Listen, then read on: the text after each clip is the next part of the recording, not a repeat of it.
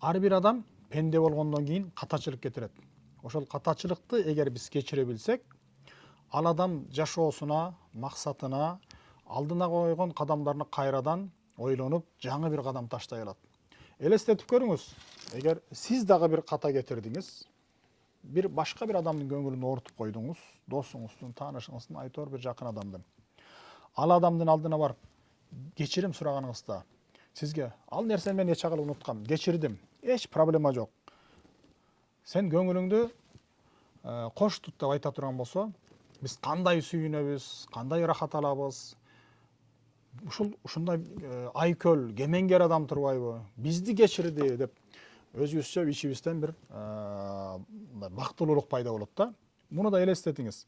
Эгер сизге бирөө, бизге бирөө ушундай катачылык кылып, эгер кечирим сурап келген болсо, баарыбыз кечиргенге даяр болушубуз керек.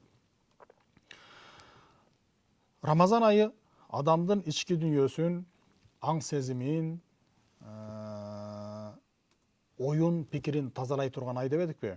Келиңиздер, чогуу баарыбыз ички дүйнөбүздү тазалайлы, бул мүмкүнчүлүктү колдонолу, кечиргенди билели, мамиле куралы, ата энебизге узакта жүргөн, Кыргызстанда болуп аткан туугандарыбызга кайрылып, аларды Рамазан менен куттуктап, көңүлдөрүн көтөрүп, жылуу жумшак сөздөрүбүздү, жакшы каалоо тилектерибизди арнай турган болсок, алар бизге эселеп кайтып келет.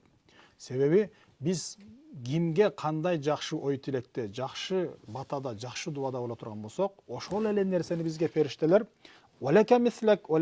сага дагы ушул айткан нерсең жетсин, сага да ушул айткан нерсең жетсин деп кайталап турат экен. Жакшы нерсени айтсак, жакшы нерсени бизге периштелер сага да келсин дейт. Эгер жаман нерсени, туура эмес нерсени кара санатайлык кыла турган болсок, ал нерсе кайтып эле өзүбүзгө келет экен. Ошондуктан бир туугандар, мекендештер, дайыма башкалар үчүн дагы, өзүбүз үчүн дагы жакшылык нерсени каалайлы, өзүбүзгө да жетсин, башкаларга да жетсин. Дагы бир хадисте пайгамбарыбыз айтат: "Ла ю'мину ахадукум хатта юхибба ахихи лима юхиббу ли нафсихи." Силердин ыйманыңар толук болбойт. Качан гана өзүңөргө жакшы көргөн, өзүңөргө ыраа көргөн нерсени башкаларга да ыраа көрмөйүнчө дейт. Өзүбүзгө жакшы көргөн нерсе эмне? Бирөө ката кетирсек кечире билсе, жашообуздун бир жакшы болуусун, тынч жашаганды, бактылуу жашаганды, адамдар менен ынтымакта, чөйрөбүз менен жакшы бир бакубат жашоону баарыбыз каалайбыз. Ошол нерсенин баарын биз башкаларга да тилешибиз керек, башкаларга да каалашыбыз керек. Бул жөн эле сөздө, ой, тилекте калбаш керек.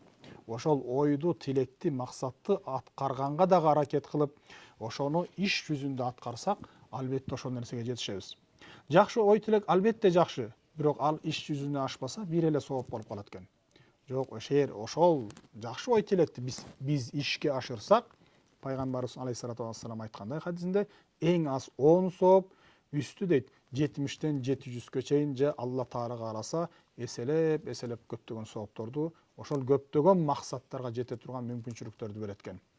Ошондуктан бир туугандарыбыз, биз бул айда ушул тазалыкты, аруулукту, кечире билүүнү карайлы. Эми тазалык дегенде биз кээде ойлоп калабыз, тазалык бул сырткы гана тазалыктар деп. Албетте сырткы тазалыкка дагы пайгамбарыбыз көп үндөйт. Ан-назафату же болбосо башка бир хадисте ат-тухуру шатрул иман. Тазалык ыймандын жарымы дейт. Сырткы тазалыкка, гигиенага өтө маани бергендей эле, адам баласы ички тазалыгына дагы, ички дүйнөсүнө дагы, аң сезимине дагы жакшы бир тазалыкты беришибиз керек.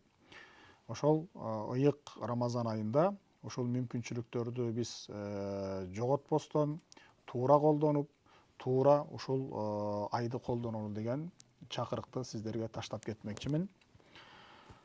Акбар инибиз. Чоң рахмат сизден. Кудайым ыраазы болсун. Бизге көптөгөн көрөрмандарыбыз кайрылып жатат, сөздөр кайталанып жатат деген сыяктуудай ой пикирлерди Кудай буюрса оңдоп турган чагыбыз азыр.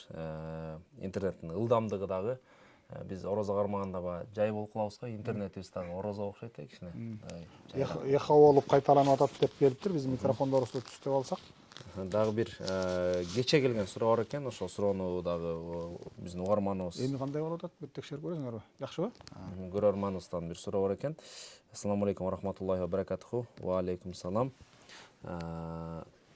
Музыка ислам дининде болобу дейт. Музыкага боюнча аалымдарыбыз Ахлу сунна вал жамаада 4 маселени айтышат. Музыканы жалпысынан баарын эле арам деп койгон туура эмес, же баарына эле уруксат берилди деген да туура эмес. Бул жерде 4 маселе бар. Биринчиси, ошол арам болгон музыкалар бар, арам болгон ырлар бар.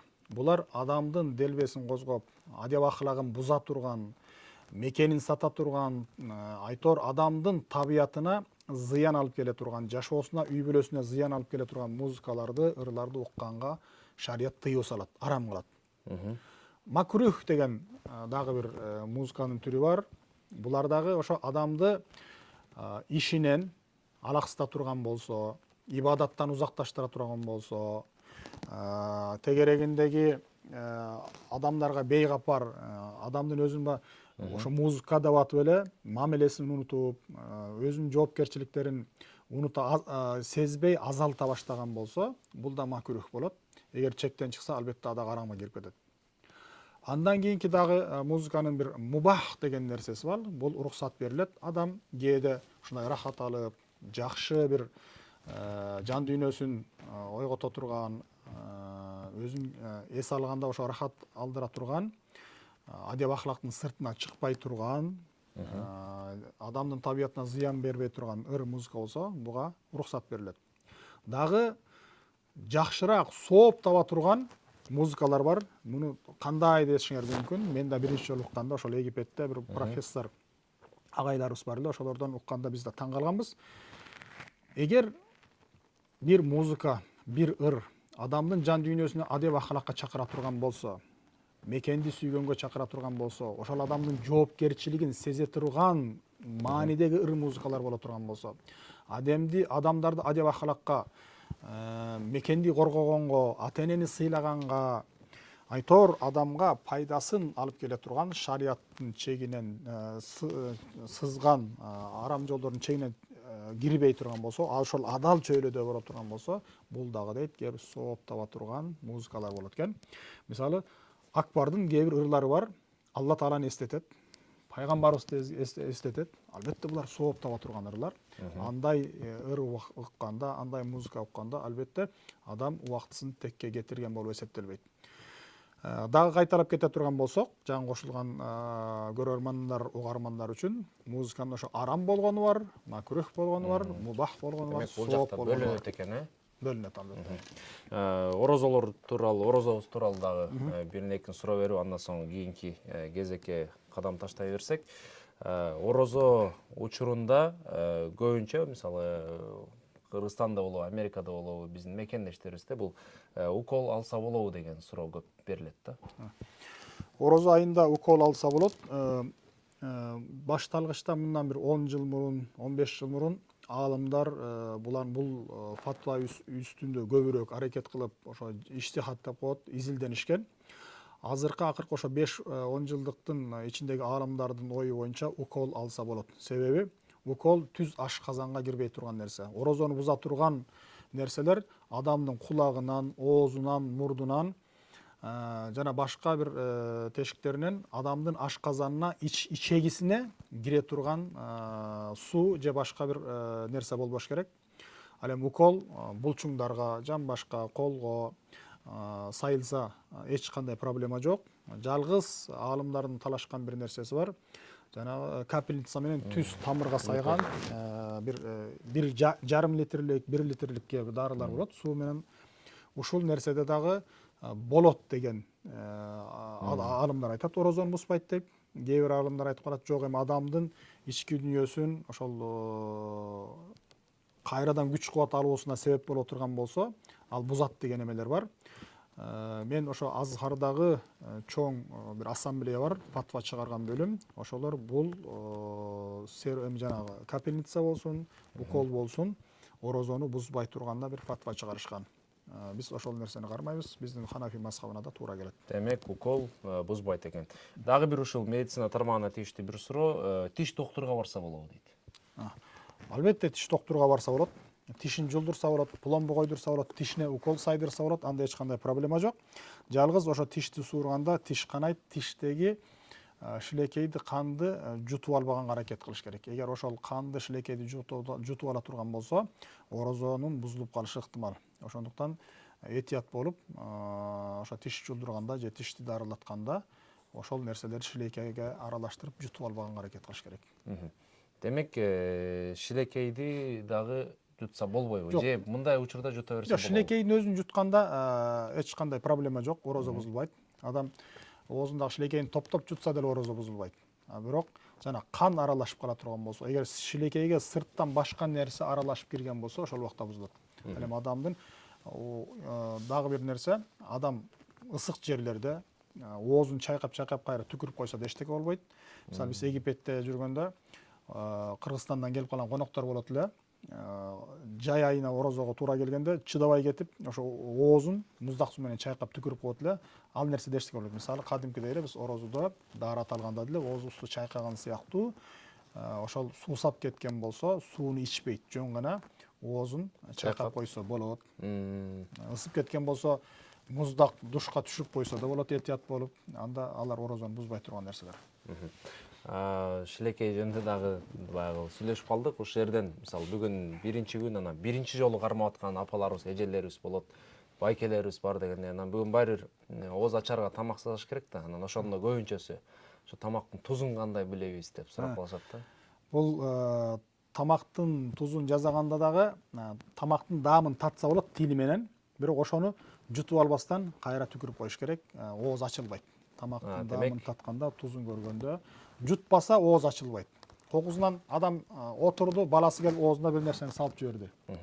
Бир нанды же бир болсо бир шоколад бир нерсени салып жиберди. Ошол нерсени жутуп албастан кайра чыгарып кое турган болсо, ооз эч качан ачылбайт.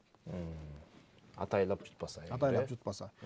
Дагы бир нерсе, кокусунан орозо экенин унутуп биринчи күн болгон үчүн байкабай тура калып суу ичип жиберген болсо, же бир нерсени унутуп жеп кое турган болсо, эстеген убакта ошону токтотуш керек. Орозону улап кете бериш керек. Орозо бузулбайт. Себеби бул жөнүндө биздин аалымдарыбыз айтат. Эгер унутуп калып жеп ичип ала турган болсоң, бул Алла Тааланын сага жазган ошо рызкысы болгон үчүн, сенин акылыңдан ошо орозо экениңди унуттуруп, ошол рызкыны берип койду дейт. Ошондой убакта дагы орозо бузулбайт. Кээ бир аалымдар буга кошумча айтат. Кийин орозо бүткөндөн кийин этияттык катарында бир күн орозо кармап койсо болот дейт. Эгер байкабай отуруп жакшылап курсагын тойгозуп алган болсо, унутуп калып. Чоң рахмат. Анда биздин устазыбызга терең ыраазычылык билдирели, алдыны көздөй кадам таштайлы. Урматтуу YouTube'дан жана Facebook'тан бизди көрүп жаткан жалпы көрөрмандарыбыз, түз эфирге бирге болгуңуздар. Эфирибиз устазыбыздан кийин дагы бир жакшы номерибиз бар. Жана сиз менен биздин ортобузга демөөрчүлүк кылган Манас Экспресс компаниясына терең ыраазычылык билдиребиз. Орозонун биринчи күн баарыбызга куттуу болсун дейли. Орозодо жеке эле ушул тамактын орозосун, ашказандын орозосун эмес, көздүн дагы, сөздүн дагы, тилдин дагы, дилдин дагы, кыскасы бүтүндөй бардык нерседен жакшы жагына умтулуу, жакшы жагына аракет менен ыйык Рамазан айыбызды мындай оюбуздагыдан дагы сонун кылып өткөрүп алалы. Умар Жусупбеков устазыбызга терең ыраазычылык билдиребиз. Бир аздан кийин Курани хатим башталат. Ага Кудай буйрса, кадыр түнгө чейин чогуу дуа кылабыз. Ал эми азыр биздин сапарыбызды, биздин жолубузду, жолдош болгон сапарыбызды улай турган кыргыздарды, Америкада жүргөн мекендештерибиздин ден соолугун жөн эле биздей болуп сүйлөм суроолор менен эмес, комузу менен айтыш иретинде сурай турган Ала Тоодон келген акыныбыз бар. Сологой акын деп келебиз. Эл аралык айтыштарда баш байгелерди багындырып келген, ушул өзүнүн жаш таланттардын жоон тобунан алдыга сүрүлүп чыккан аргымактардын бири Кубат Тукешев келип отурат. Орозоңуз кабыл болсун, Кубат мырза. Сизди бүгүн дагы студиябызда көрүп атканыбызга абдан кубанычтабыз. Рахмат. Анда микрофонду сизге суналы. Ассаламу алейкум, урматтуу көрөрмандар, көгүлтүр экрандын ар жагында отурган жалпы мусулман бир туугандар, баарыңыздардын кармаган орозоңуздар кабыл болсун. Кудай таалам ошол орозонун айын берекети менен көп жакшылыктарды насип кылган болсун. Биз дагы ушундай Америка жергесине биринчи жолу келип атабыз. Ушул жерден бир туугандарды көрүп, кыргыздарды көрүп, кыргызстандыктарды көрүп, сүйүнүп, абалын сурап, алар бизди көрүп аябай кубанып, ошол атайын кыргыз комьюнити борборунун чакыруусу менен келип калдык. Акбар экөөбүз буюрса ат арытып, жолго артып келип калдык. Ушул борбордо 30 күн бою оозочулар болот. Ошол жерден биз дагы кызмат кылып, сүйлөп берип, ырдап берип, айтор жакшы иш чараларыбыз бар. Силер дагы келиңиздер, көрүңүздөр. Буюрса анан бир аз ырдап отуралы, Сөзсүз. Биз адатта орозодо Рамазан айында Кыргызстанда тосуп элек. Бул айда биз Америкада тосуп атабыз. Кызыктуудай болуп атат бизге, бир аз көнбөй. Бирок ошентсе дагы Рамазан айынын өзүнүн берекети бар. Анда кичине бир ырдап берели байке. Бериңиз. Мунау мен комузум Төгүп да коесуз да буюрса. ооба. Сөзсүз мунау менин комузум атайын Кыргызстандан алып келдик байке. Адатта акындар же комузчулар оң кол менен чертет байке. Ооба. Анан биз баягы кулагын алмаштырып, үстү жагына чыгарып алдык. Атайын буйрутма берип, ылайыктап алдык, буйрутма берип. Анан мунау менин комузум байке Токтогулдун комузуна үндөшүп кеткен комуз. Ушу формада чабылган комуз. Негизи мындай стандарт комуздар негизи тултуураак болот. Ооба. Бул болсо Токтогул комуз деп баягы ичке болуп кетет ушул жери. Анан Токтогул жөнүндө сөз кылып калдык. Токтогул аксакал өзү аябай намазы бүтүн, орозосу бүтүн киши экен. Ал киши олия чалыш, көсөм киши экен. Анан өзү комуз чапчу экен, уста болчу экен. Ошол сыңарында ошол Токтогулдун комузуна окшошуп кеткен комуз алып келдик. Анда да берели байке. Бериңиз.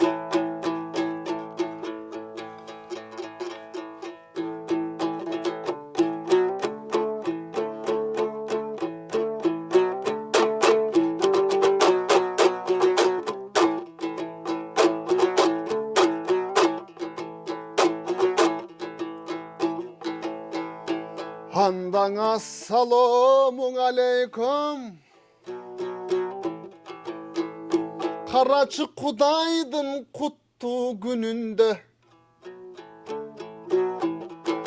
Bolboso Kırgız community'nin üyünde. Ey bırakın.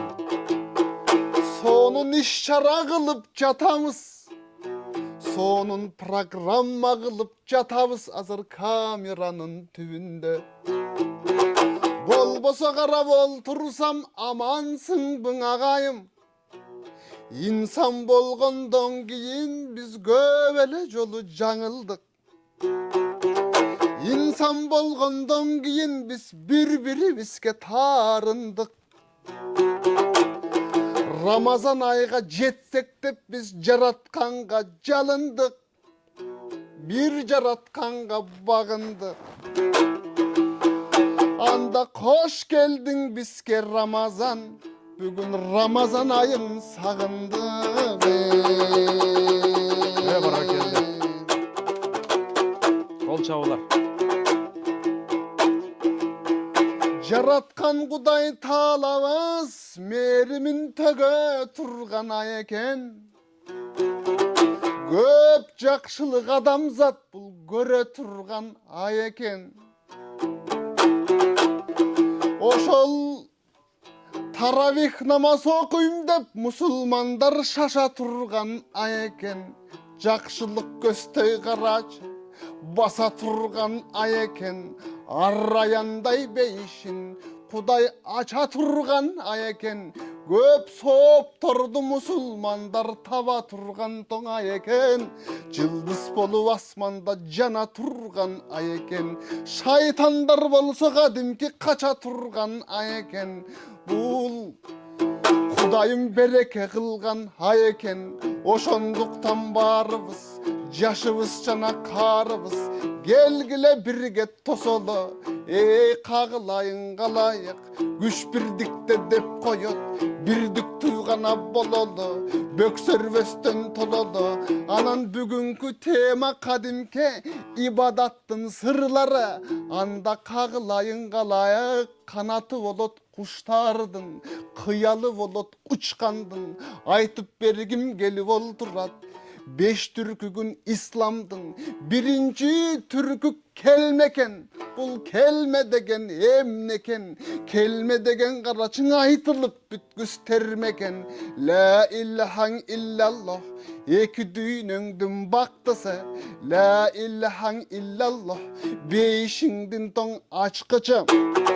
Ustadlarım aytkanday, la ilahan illallah, şeytanыңдың kaşçısı. Oşonduktan aytarım ekinci türkük namaz bı? Anda turguzalın namazdı. Namazdan şehit boluptur, este çıngay köl manastı. Üçüncü türkük zeket be. Anda tak bilgilen esepti. Göböysün desen mülküngör anda göbüröp bergin zeketti. Törtüncü türkük orozo, arrayan degen beşke, al para turgan jolosho. Beşinci türkük acılık, akçaң bolsa barasın, Arafat toğu turasın.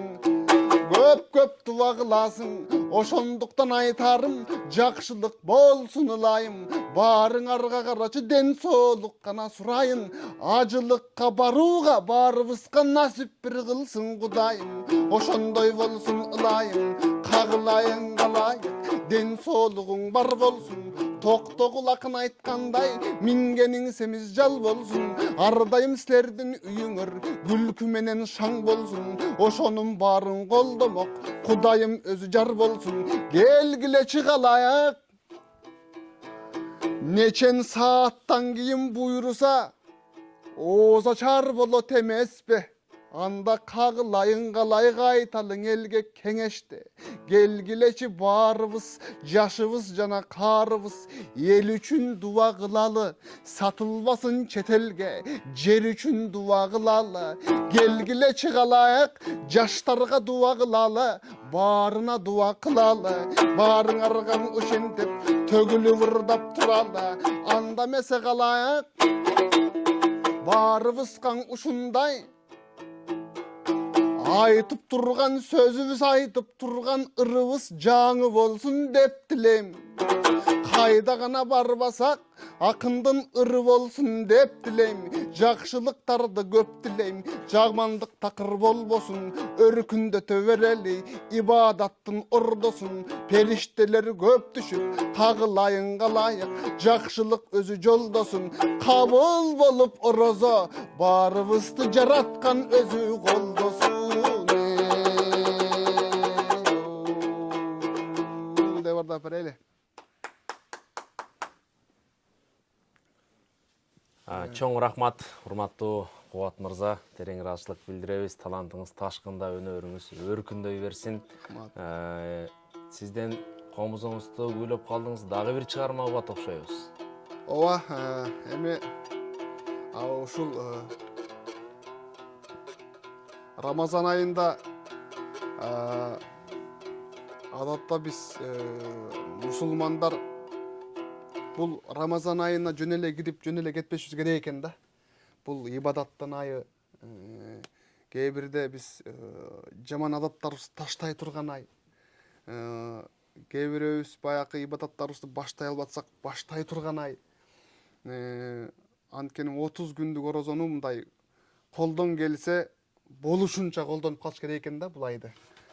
Ошого бир ырылдап берели. Келиңиз. Кайсыл чыгарманы аткарып бересиз? Бул негизи Калмурат Рыскуловдун ыры, бирок биз орозого которуп алганбыз. Оодарып койдук. Биз оодарган камашпыз го. Ошого сыяктуу биз бир одар ырдап берели беке. Келиңиз. Ыр кезеги сизден да.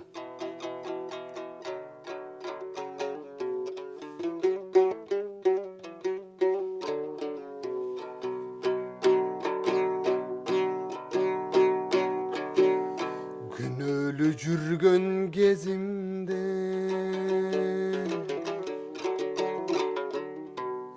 үмүттү салдың сезимге,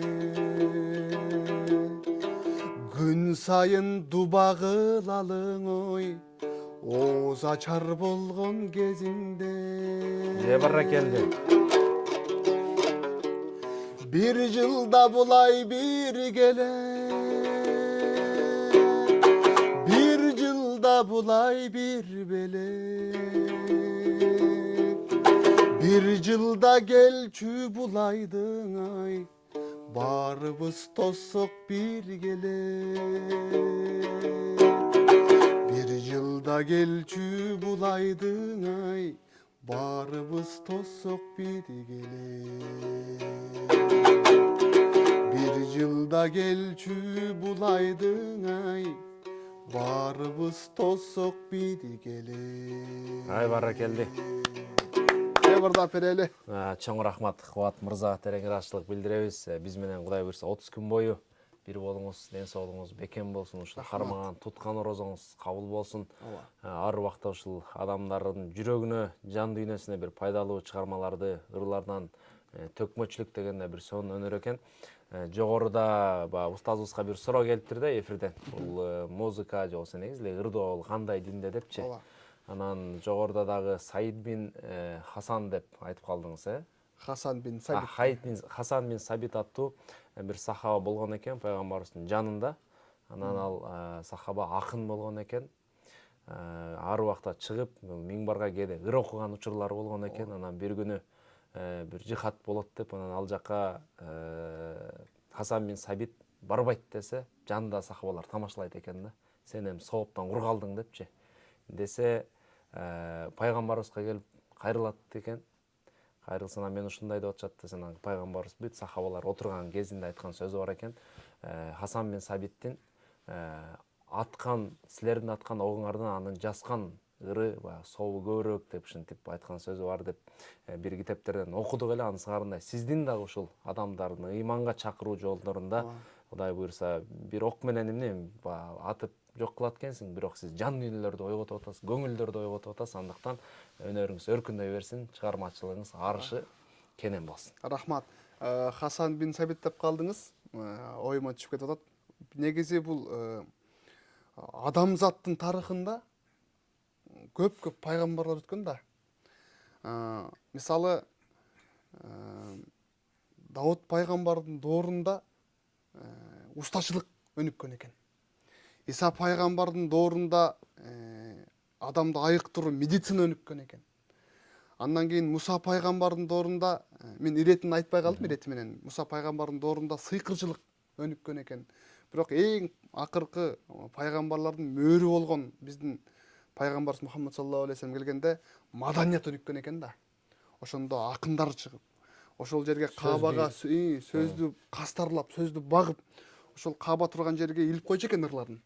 Ошол жерде кадимкидей ушул айдынбы же ушул жуманын эң күчтүү акыны ким болот деп атайын ырларын илип койчу экен. Ошол сыңарындай акындар деген дагы сүрө бар Куранда. Анан мынакей Акбардагы досубуз өзү акын, аттын кашкасындай, оштун пактасындай таанымал. Сиздин дагы калемиңиз курчуй берсин, көп ырыңыз чыга берсин. Жана айткандай, сиздин балким жазган ырыңыз биздин ырдаган ырыбыз көп соопко ээ болсун. Чоң рахмат. Биз болсо түз эфирибизди улантабыз, Кубат акынга ыраазычылык билдирели. Бир аздан соң Омар устазыбызды студиядан күтөбүз, Курани хатимди улантабыз. Омар устаз келгичекти, анда Кубат акын айткандай, биз дагы бир ырыбызды окуп берелик. Бир күн аттуу ырымды окуп берейин. Дал ушул ар бир адамдын өмүрү 1000 күнгө жетиш үчүн 1 күндү баштайт экен. Ар бир күнүбүз ушул Рамазан айындагыдай бир берекеси төгүлгөн жакшы күндөрдөн болсун. Бир күн келет, сени ааламга жетелеп. Бир күн берет бакытыңды эселеп. Бүтөлгөндөй туш тарабың жылчыксыз бир күн келет, тагдырыңды жемелеп. Бир күн сызып самолеттой барат шу, бир күн учуп кайрылбаган канаттуу. Бүт бардыгы жайланышып калганда, бир күн келип жан дүйнөңө салат чуу. Бир күн келет талайыңа кошуп шаң, бир күн менен эки жүрөк кошулган, бал сыяктуу ширин ууну таттырып, бир күн бөлөт ажырашпас досуңдан. Бир күн келет ажал сурап атамды, бир күн келер өлүм тоору апамды, болсо болор бирок кечтен берсинчи бир күн үчүн 1000 күн тартчу азамды. Бир күн мезгил канат, күйлө уч канат, бир жыл күткөн бала жытын жыттатат. Бийигинде жүрсөң дагы асмандын, бир күн өтө өмүр астан кыскарат. Бир күн келет ажал сурап атамды. Бир күн акыр кыямат келет дейт. Бирок ал күн коркунучтуу мерездейт. Барамалды өмүрүңдө кылынган бир күн калбай периштелер эсептейт. Бир күн турса жүрөгүңдү чоккороп, бир күн күйүп алоолонгон от болот. Биз адамдар ыйман гүлүн соолутсак, бир күнү менен бул жер жүзү жок болот. Бир күн келип гүлдүү жерден чаң учат. Бир күн келип күткөн жандар табышат. Биз алып барсак өткөндөрдү мүрзөгө, бир күн келсе бизди алып барышат. Андыктан урматтуу көрөрмандар, ушул күндү кечинен берсин дейли. Алла Таалага бир сон дуа кылгыла дейт экен. Бизден ыраазы болмоюнча биздин жаныбызды албады. Андыктан Алла Таала качан ыраазы болгондо гана бул дүйнөнү тиги дүйнөгө алмаштырганга учур келсин, ага черкин. Элибиз, жерибиз үчүн ак кызматыбызды кыла берели. Эми программабыздын соңуна да жакындап келдик, бирок соңгусу эң маанилүүсү, маңыздуусу соңунда калган. Ыйык Курани Каримди Рамазан айында сөз түрдө бир катым дуа деп айтылып келет. Элибизде, жерибизде ошол катым дуаны кезек келди. Кече баштаганбыз, бүгүн Умар устазыбыз улантат. Андан соң катым дуадан дагы улам ар күн сайын дуалар, анан буюрса толугу менен окуп бүткөндө жалпы баарыбыз түз эфирден дуа кылабыз. Суроолор болсо астында мынакей сандар турат. Ошого суроолорду WhatsApp аркылуу калтырыңыздар. Эртең сиздердин сурооңуздорго, бүгүн келген суроолорго эртең жооп беребиз. Кезек Умар устазыбызда. Урматтуу мекендештер, кайрадан сиздер менен бүгүн кечеки калган жерибизден улантабыз.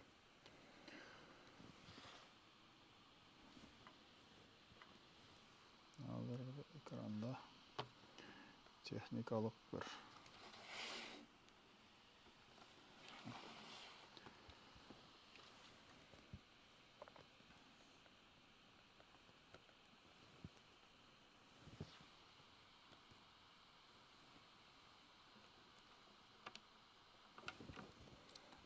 тайгасы деле жетет окшойт буюрса.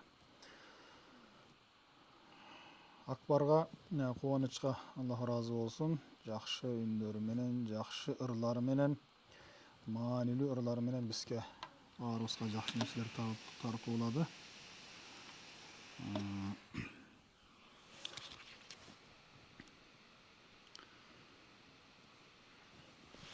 أعوذ بالله من الشيطان الرجيم. بسم الله الرحمن الرحيم.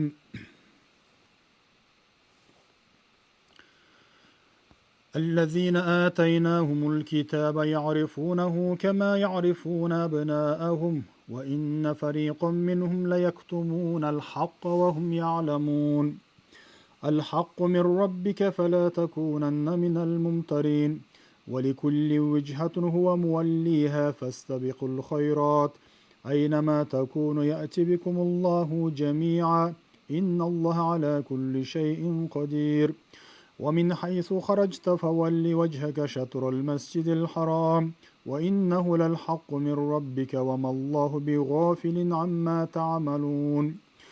ومن حيث خرجت فول وجهك شطر المسجد الحرام وحيث ما كنتم فولوا وجوهكم شطره لئلا يكون للناس عليكم حجة إلا الذين ظلموا منهم فلا تخشوهم واخشوني ولأتم نعمتي عليكم ولعلكم تهتدون. كما أرسلنا فيكم رسولا منكم يتلو عليكم آياتنا ويزكيكم ويعلمكم الكتاب والحكمة ويعلمكم ما لم تكونوا تعلمون. فاذكروني أذكركم واشكروا لي ولا تكفرون. يا أيها الذين آمنوا استعينوا بالصبر والصلاة إن الله مع الصابرين. ولا تقولوا لمن يقتل في سبيل الله أموات بل أحياء ولكن لا تشعرون. ولنبلونكم بشيء من الخوف والجوع ونقص من الأموال والأنفس والثمرات وبشر الصابرين الذين إذا أصابتهم مصيبة قالوا إنا لله وإنا إليه راجعون أولئك عليهم صلوات من ربهم ورحمة وأولئك هم المهتدون إن الصفا والمروة من شعائر الله فمن حج البيت أو اعتمر فلا جناح عليه أن يطوفا بهما ومن تطوع خيرا فإن الله شاكر عليم إن الذين يكتمون ما أنزلنا من البينات والهدى من بعد ما بيناه للناس في الكتاب أولئك يلعنهم الله ويلعنهم اللاعنون إلا الذين تابوا وأصلحوا وبينوا فأولئك أتوب عليهم وأنا التواب الرحيم إن الذين كفروا وماتوا وهم كفار أولئك عليهم لعنة الله والملائكة والناس أجمعين خالدين فيها لا يخفف عنهم العذاب ولا هم ينذرون وإلهكم إله واحد لا إله إلا هو الرحمن الرحيم إنا في خلق السماوات والأرض واختلاف الليل والنهار والفلك التي تجري في البحر بما ينفع الناس وما أنزل الله من السماء من ماء فأحيا به الأرض بعد موتها وبث فيها من كل دابة وتصريف الرياح والسحاب المسخر بين السماء والأرض لآيات لقوم يعقلون ومن الناس من يتخذ من دون الله أندادا يحبونهم كحب الله والذين آمنوا أشد حبا لله ولو يرى الذين ظلموا إذ يرون العذاب أن القوة لله جميعا وأن الله شديد العذاب إذ تبرأ الذين اتبعوا من الذين اتبعوا ورأوا العذاب وتقطعت بهم الأسباب وقال الذين اتبعوا لو أن لنا كرة فنتبرأ منهم كما تبرأوا منا كذلك يريهم الله أعمالهم حسرات عليهم وما هم بخارجين من النار يا أيها الناس كلوا مما في الأرض حلالا طيبا ولا تتبعوا خطوات الشيطان إنه لكم عدو مبين إنما يأمركم بالسوء والفحشاء وأن تقولوا على الله ما لا تعلمون وإذا قيل لهم اتبعوا ما أنزل الله قالوا بل نتبع ما ألفينا عليه آباءنا أولو كان آباؤهم لا يعقلون شيئا ولا يهتدون ومثل الذين كفروا كمثل الذي ينعق بما لا يسمع إلا دعاء ونداء صم بكم عمي فهم لا يعقلون يا أيها الذين آمنوا كلوا من طيبات ما رزقناكم واشكروا لله إن كنتم إياه تعبدون إنما حرم عليكم الميتة والدم ولحم الخنزير وما أهل به لغير الله فمن اضطر غير باغ ولا عاد فلا إثم عليه إن الله غفور رحيم إن الذين يكتمون ما أنزل الله من الكتاب ويشترون به ثمنا قليلا أولئك ما يأكلون في بطونهم إلا النار ولا يكلمهم الله يوم القيامة ولا يزكيهم ولهم عذاب أليم أولئك الذين اشتروا الضلالة بالهدى والعذاب بالمغفرة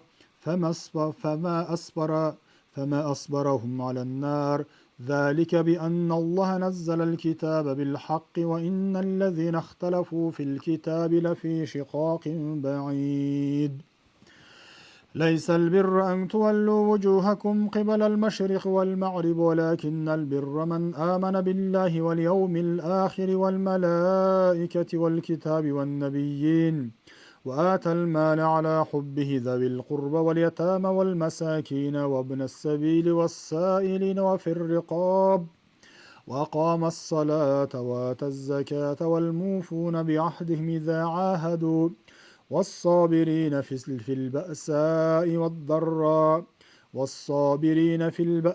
والضراء وحين البأس أولئك الذين صدقوا وأولئك هم المتقون. يا أيها الذين آمنوا كتب عليكم الصيام القصاص في القتل الحر بالحر والعبد بالعبد والأنثى بالأنثى فمن عفي له من أخيه شيء فاتباع بالمعروف وأداء إليه بإحسان ذلك تخفيف من ربكم ورحمة فمن اعتدى بعد ذلك فله عذاب أليم. ولكم في القصاص حياة يا أولي الألباب لعلكم تتقون. كتب عليكم إذا حضر أحدكم الموت إن ترك خيرا الوصية للوالدين والأقربين بالمعروف حقا على المتقين. فمن بدله بعدما سمعه فإنما إثمه على الذين يبدلونه إن الله سميع عليم. فمن خاف من موص جنفا أو إثما فأصلح بينهم فلا إثم عليه إن الله غفور رحيم. يا أيها الذين آمنوا كتب عليكم الصيام كما كتب على الذين من قبلكم لعلكم تتقون. أياما معدودات فمن كان منكم مريضا أو على سفر فعدة من أيام أخر وعلى الذين يطيقونه فدية طعام مسكين فمن تطوع خيرا فهو خير له وأن تصوموا خير لكم إن كنتم تعلمون. شهر رمضان الذي أنزل فيه القرآن هدى للناس وبينات من الهدى والفرقان فمن شهد منكم الشهر فليصمه ومن كان مريضا أو على سفر فعدة من أيام أخر يريد الله بكم اليسر ولا يريد بكم العسر ولتكملوا العدة ولتكبروا الله على ما هداكم ولعلكم تشكرون. وإذا سألك عبادي عني فإني قريب أجيب دعوة الداعي إذا دعان فليستجيبوا لي وليؤمنوا بي لعلهم يرشدون. وحل لكم ليلة الصيام الرفث إلى نسائكم وهن لباس لكم وأنتم لباس لهن علم الله أنكم كنتم تختانون أنفسكم فتاب عليكم وعفى عنكم فالآن باشروهن وابتغوا ما كتب الله لكم وكلوا واشربوا حتى يتبين لكم الخيط الأبيض من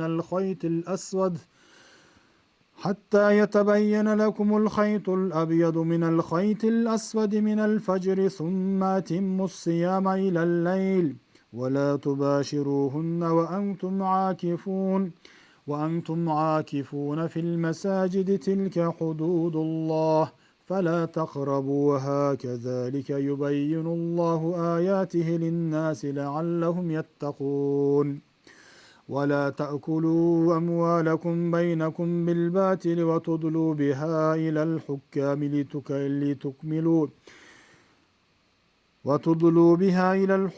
لتأكلوا فريقا من أموال الناس بالإثم وأنتم تعلمون.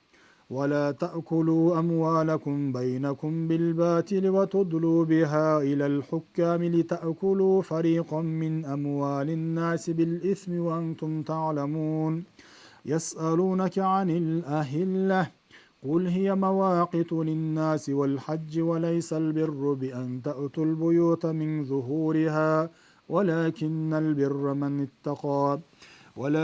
البر من اتقى وأتوا البيوت من أبوابها واتقوا الله لعلكم تفلحون. وقاتلوا في سبيل الله الذين يقاتلونكم ولا تعتدوا إن الله لا يحب المعتدين.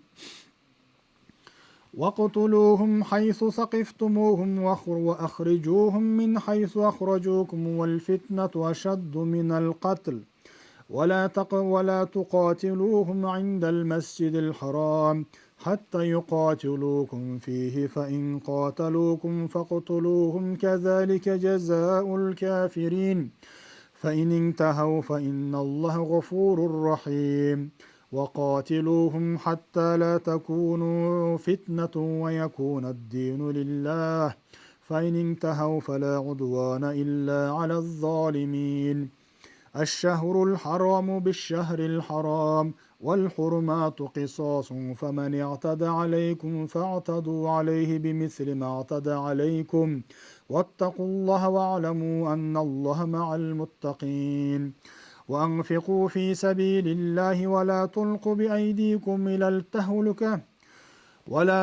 بأيديكم إلى التهلكة واحسنوا إن الله يحب المحسنين وأتموا الحج والعمرة لله فإن أحصرتم فما استيسر من الهدي ولا تحلقوا رؤوسكم حتى يبلغ الهدي محله فمن كان منكم مريضا أو به أذى من رأسه ففدية من صيام أو صدقة أو نسك فإذا آمنتم فمن تمتع بالعمرة إلى الحج فما استيسر من الهدي فمن لم يجد فصيام 3 أيام في الحج و7 إذا رجعتم تلك 10 كاملة ذلك لمن لم يكن أهله حاضر المسجد الحرام واتقوا الله واعلموا أن الله شديد العقاب الحج أشهر معلومات فمن فرض فيهن الحج فلا رفث ولا فسوق ولا جدال في الحج وما تفعلوا من خير يعلمه الله وتزودوا فإن خير الزاد التقوى واتقون يا أولي الألباب ليس عليكم جناح أن تبتغوا فضلا من ربكم فإذا أفضتم من عرفات فاذكروا الله عند المشعر الحرام واذكروه كما هداكم وإن كنتم من قبله لمن الضالين ثم أفيضوا من حيث أفاد الناس واستغفروا الله إن الله غفور رحيم فإذا قضيتم مناسككم فاذكروا الله كذكركم آباءكم أو أشد ذكرا فمن الناس من يقول ربنا آتنا في الدنيا وما له في الآخرة من خلاق ومنهم من يقول ربنا آتنا في الدنيا حسنة وفي الآخرة حسنة وقنا عذاب النار أولئك لهم نصيب مما كسبوا والله سريع الحساب واذكروا الله في أيام معدودات فمن تعجل في يومين فلا إثم عليه ومن تأخر فلا إثم عليه لمن اتقى واتقوا الله واعلموا أنكم إليه تحشرون ومن الناس من يعجبك قوله في الحياة الدنيا ويشهد الله على ما في قلبه وهو ألد الخصام وإذا تولى سعى في الأرض ليفسد فيها ويهلك الحرث والنسل والله لا يحب الفساد وإذا قيل له اتق الله أخذته العزة بالإثم فحسبه جهنم ولبئس المهاد ومن الناس من يشري نفسه ابتغاء مرضات الله والله رؤوف بالعباد يا أيها الذين آمنوا ادخلوا في السلم كافة ولا تتبعوا خطوات الشيطان إنه لكم عدو مبين فإن زللتم من بعد ما جاءتكم البينات فاعلموا أن الله عزيز حكيم هل ينظرون إلا أن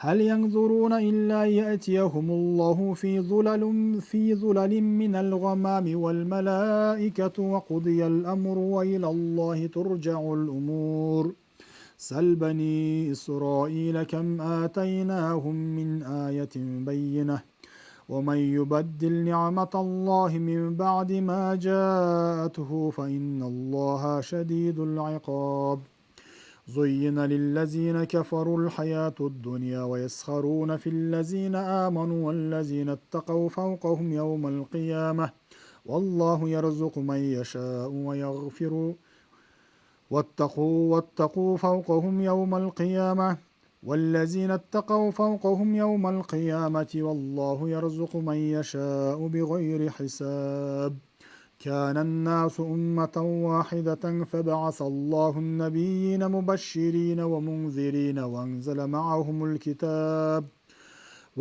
معهم الكتاب بالحق ليحكم بين الناس فيما اختلفوا فيه وما اختلف فيه إلا الذين أوتوا من بعد ما جاءتهم البينات بغيا بينهم فهدى الله الذين آمنوا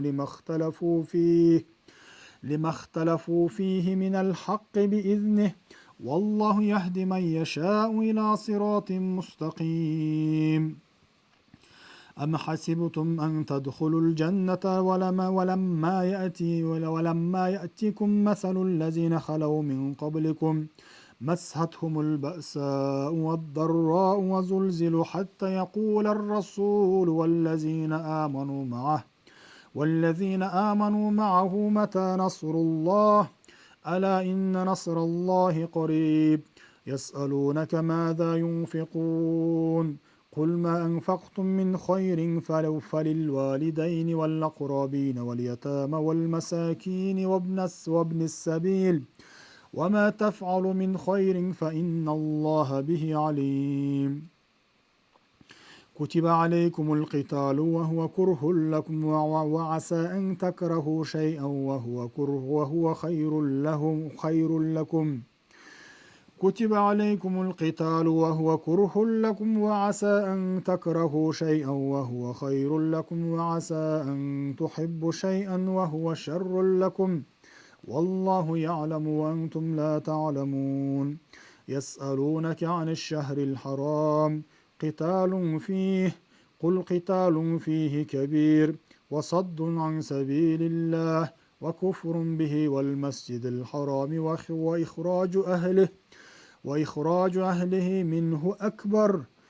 وإخراج أهله منه أكبر عند الله والفتنة أكبر من القتل ولا يزالون يقاتلونكم حتى يردوكم عن دينكم إن استطاعوا ومن يرتدد منكم عن دينه فيمت وهو كافر فأولئك حبطت أعمالهم في الدنيا والآخرة وأولئك أصحاب النار هم فيها خالدون إن الذين آمنوا والذين هاجروا وجاهدوا في سبيل الله أولئك يرجون رحمة الله والله غفور رحيم يسألونك عن الخمر والميسر قل فيهما إثم كبير ومنافع للناس وإثمهما أكبر من نفعهما ويسألونك ماذا ينفقون قل العفو كذلك يبين الله لكم الآيات لعلكم تتفكرون في الدنيا والآخرة ويسألونك عن اليتامى قل إصلاح لهم خير وإن تخالطوهم فإخوانكم والله يعلم المفسد من المصلح ولو شاء الله لعنتكم إن الله عزيز حكيم ولا تنكحوا المشركات حتى يؤمن ولأمة مؤمنة خير مشركة ولو أعجبتكم ولا تنكحوا المشركين حتى يؤمنوا ولعبد مؤمن خير من مشرك ولو أعجبكم أولئك يدعون إلى النار والله يدعو إلى الجنة والمغفرة بإذنه ويبين آياته للناس لعلهم يتذكرون ويسألونك عن المحيض قل هو أذى فاعتزلوا النساء في المحيض ولا تقربوهن حتى يطهرن فإذا تطهرن فأتوهن من حيث أمركم الله إن الله يحب التوابين ويحب المتطهرين نساؤكم حرث لكم فأتوا حرثكم أن شئتم وقدموا لأنفسكم واتقوا الله واعلموا أنكم ملاقوه وبشر المؤمنين ولا تجعلوا الله عرضة لأيمانكم أن تبروا وتتقوا وتصلحوا بين الناس والله سميع عليم لا يؤاخذكم الله باللغو في أيمانكم ولكن يؤاخذكم بما كسبت قلوبكم والله غفور حليم للذين يؤلون من نسائهم تربص 4 أشهر فإن فاءوا فإن الله غفور رحيم وإن عزموا الطلاق فإن الله سميع عليم والمطلقات يتربصن بأنفسهن 3 قروء ولا يحل لهن أن يكتمن ما خلق الله في أرحامهن إن كن يؤمن بالله واليوم الآخر وبعولتهن حق بردهن في ذلك إن أرادوا إصلاحا ولهن مثل الذي عليهن بالمعروف وللرجال عليهن درجة والله عزيز حكيم الطلاق 2 فبإمساك بمعروف أو تسريح بإحسان ولا يحل لكم أن تأخذوا مما آتيتموهن شيئا إلا أن يخافا ألا يقيما حدود الله فإن خفتم ألا يقيما حدود الله فلا جناح عليهما فيما افتدت به تلك حدود الله فلا تعتدوها ومن يتعد حدود الله فأولئك هم الظالمون فإن طلقها فلا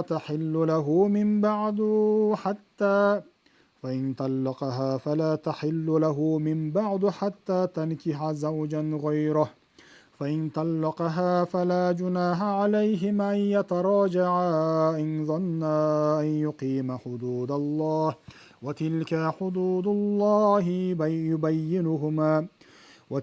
حدود الله يبينها لقوم يعلمون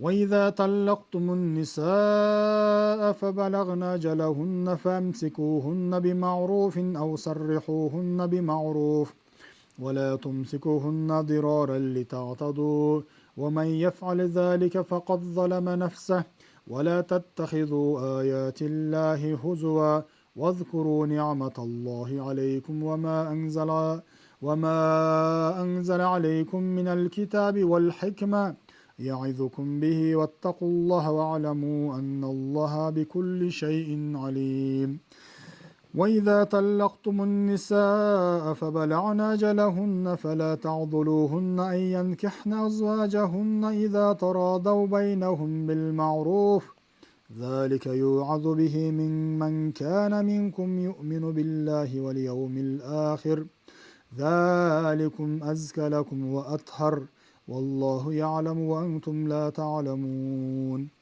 والوالدات يرضعن أولادهن حولين كاملين لمن أراد أن يتم الرضاعة ولا المولودة رزقهن وكسوتهن بالمعروف لا تكلف نفس إلا وسعها لا تضار والدة بولدها ولا مولود له بولده وعلى الوارث مثل ذلك فإن أراد فصالا عن تراض منهما وتشاور فلا جناح عليهما وإن أردتم أن تسترضعوا أولادكم فلا جناح عليكم إذا سلمتم ما آتيتم بالمعروف واتقوا الله واعلموا أن الله بما تعملون بصير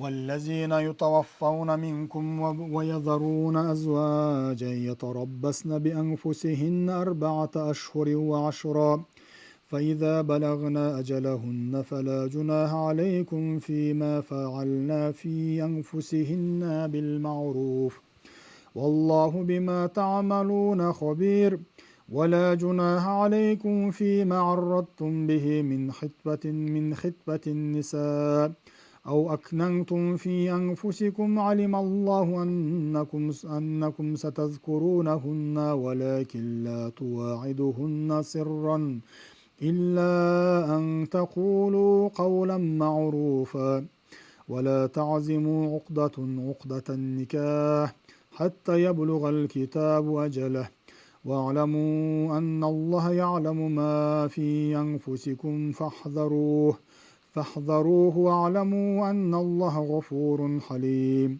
لا جناح عليكم إن طلقتم النساء ما لم يتمسوهن أو تفرضوا لهن فريضة ومتعوهن على الموسع قدره وعلى المقتر قدره متاعا بالمعروف حقا على المحسنين وإن طلقتموهن من قبل أن تمسوهن وقد فرضتم لهن فريضة فنصف ما فرضتم إلا أن يعفون أو يعفو الذي بيده عقدة النكاح وأن تعفوا وأقربوا للتقوى ولا تنسوا الفضل بينكم إن الله بما تعملون بصير حافظوا على الصلوات والصلاة الوسطى وقوموا لله قانتين فإن خفتم فرجالا أو ركبانا فإذا أمنتم فاذكروا الله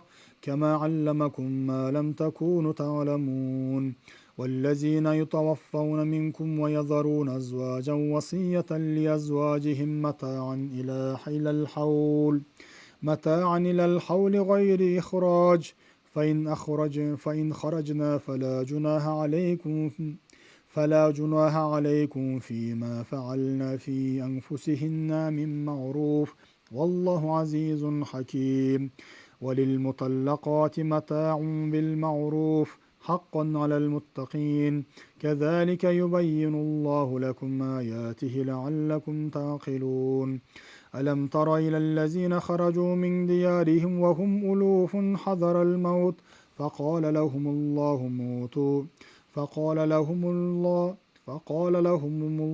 موتوا ثم أحياهم إن الله لذو فضل على الناس ولكن أكثر الناس لا يشكرون وقاتلوا في سبيل الله واعلموا أن الله سميع عليم من ذا الذي يقرض الله قرضا حسنا فيضاعفه له أضعافا كثيرا والله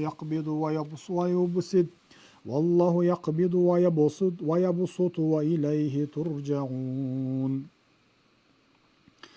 ألم تر إلى الملأ من بني إسرائيل من بعد موسى إذ قالوا لنبي لهم ابعث لنا ملكا نقاتل في سبيل الله قال هل عصيتم إن كتب عليكم القتال ألا تقاتلوا قالوا وما لنا ألا نقاتل في سبيل الله